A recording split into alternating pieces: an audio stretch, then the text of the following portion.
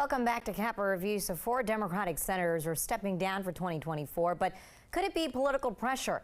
Our Mark Hall is back to talk with Sarakshi with our media partners at The Hill.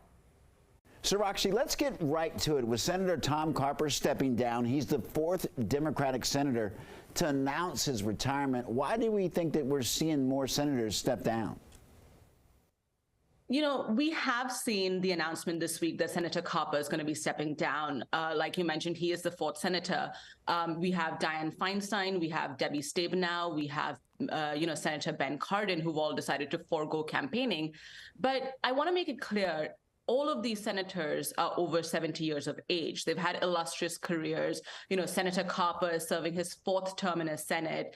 He is really the last Vietnam veteran to serve right now, and he has held public office since the 1970s. You know, he was Delaware's treasurer. He was spent a decade as congressman, then as governor, and he's been a senator since 2001. So I think we're just seeing this take place more now because a lot of them are older and they don't want to go through another re-election campaign. Do we think that there's also maybe some pressure within the party for some of these lawmakers to step down?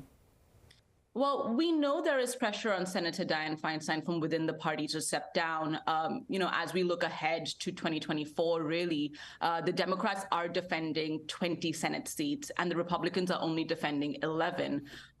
We know that there are a number of senators who have yet to announce their re-election decision.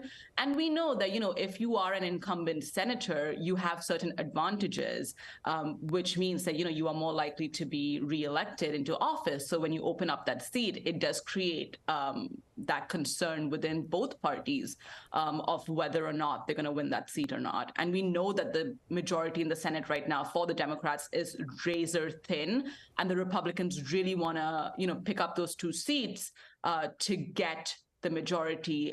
But if President Biden loses the re-election, Republicans only need 1 seat. Sarakshi, let's talk about that. Do you think that within the Democratic Party that, some may feel that it's a duty or a responsibility maybe for a senator to not step down if it's in maybe a state where it's closer? Like, for example, Senator Cardin stepping down, well, some would say, well, Maryland is pretty much a blue state. But in some other areas or in some other states, do you think that maybe there's the pressure for some to stay on or hang on, for lack of a better word, because of, like you said, that razor-thin advantage right now that Democrats have in the Senate? There are a lot of discussions within the party leadership on both sides right now for senators who are reevaluating whether or not they want to run for re-election. Now, of course, for the party leaders, that is always going to be a concern.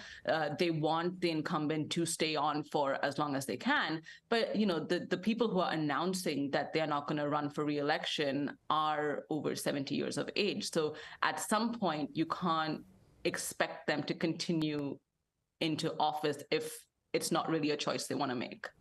So with everyone stepping down, I'm asking you to look into your crystal ball. What does this mean for 2024, if anything? Is it a sign of perhaps of things to come? It's going to be a battle, and it's going to be very interesting because the Senate is right now, the Democrats have such a thin majority. Both parties are really going to fight for the majority. Like I mentioned, Republicans need to pick up only 2 seats to take the majority next year if President Biden is reelected. And if he's not reelected, they just need 1 seat. So we're going to see a really, really close battle for Senate majority. Sarakshi with The Hill, thank you so very much.